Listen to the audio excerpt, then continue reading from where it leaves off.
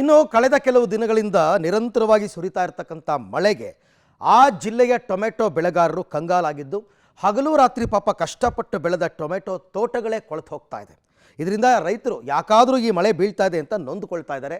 ಯಾವ ಜಿಲ್ಲೆಯ ರೈತರ ಸಂಕಷ್ಟ ಇದು ಅಂತ ನೋಡೋಣ ಬನ್ನಿ. ಮಳೆಗೆ ನೆಲ ಕಚ್ಚಿದ ಕೆಂಪು ಸುಂದರಿ ಟೊಮೆಟೊ ಹಣ್ಣುಗಳಿಗೆ ರೋಗ, ಕೈಗೆ ಬಂದ ತುತ್ತು ಬಾಯಿಗೆ ಬರಲಿಲ್ಲ. ಚಿಕ್ಕಬಳ್ಳಾಪುರ ಜಿಲ್ಲೆಯೊಂದರಲ್ಲಿ ಬರೋಬ್ಬರಿ 12,000 ಹೆಕ್ಟೇರ್ ಪ್ರದೇಶದಲ್ಲಿ ಟೊಮೆಟೊ ಬೆಳೆದು ದೇಶ ವಿದೇಶಗಳಿಗೆ ರಫ್ತು ಮಾಡ್ತಾರೆ. ಬೆಲೆ ಬರಲಿ ಬರದಿರಲಿ ಟೊಮೆಟೊ ಬೆಳೆಯೋದನ್ನ ಮಾತ್ರ ಬಿಟ್ಟಿಲ್ಲ.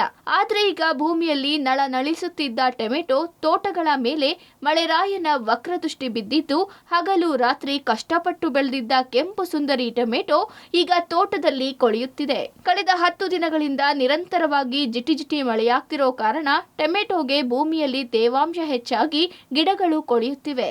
ಅಳಿದುಳಿದ ಟೊಮೆಟೊ ಮಾರುಕಟ್ಟೆಗೆ ತಂದ್ರೂ ಉತ್ತಮ ಬೆಲೆ ಸಿಗ್ತಿಲ್ಲ ಅಂತ ರೈತರು ಅಳಲು ತೋಡಿಕೊಂಡಿದ್ದಾರೆ.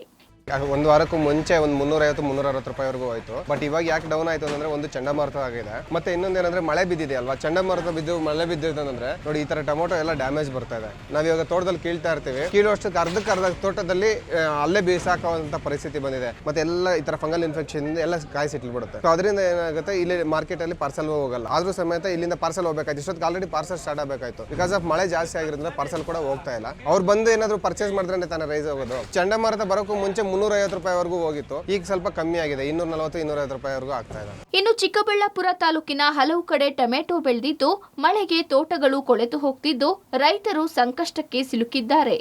ಅಳಿದುಳಿದ ಟೊಮೆಟೊವನ್ನ ಮಾರುಕಟ್ಟೆಗೆ ತಂದ್ರೆ ವರ್ತಕರು ಕೊಂಡುಕೊಳ್ತಿಲ್ಲ.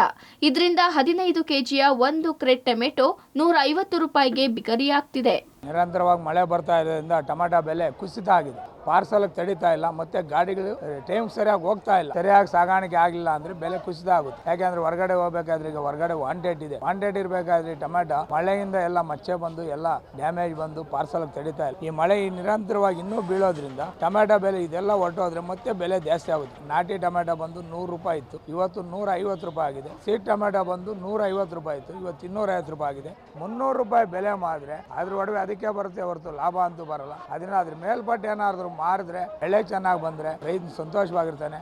ಎಲ್ಲೆಡೆ ಜಿಟಿ ಮಳೆಯಾಗ್ತಿರುವ ಕಾರಣ ತೋಟದಲ್ಲಿ ಟೊಮೆಟೊ ಬೆಳೆ ಬರ್ತಿಲ್ಲ. ಇತ್ತ ಮಾರುಕಟ್ಟೆಯಲ್ಲೂ ಬೆಳೆದಿರೋ ಟೊಮೆಟೊಗೆ ಸೂಕ್ತ ಬೆಲೆ ಸಿಗ್ತಿಲ್ಲ. ಇದರಿಂದ ಕಂಗಾಲಾಗಿರೋ ರೈತರು ಸಾಕಪ್ಪ ಸಾಕು, ಈ ಮಳೆ ಸಹವಾಸ ಸಾಕು ಅಂತ ಬೇಡಿಕೊಳ್ತಿದ್ದಾರೆ. ಮುದ್ದು ಕೃಷ್ಣ, ಪಬ್ಲಿಕ್ ಟಿವಿ, ಚಿಕ್ಕಬಳ್ಳಾಪುರ.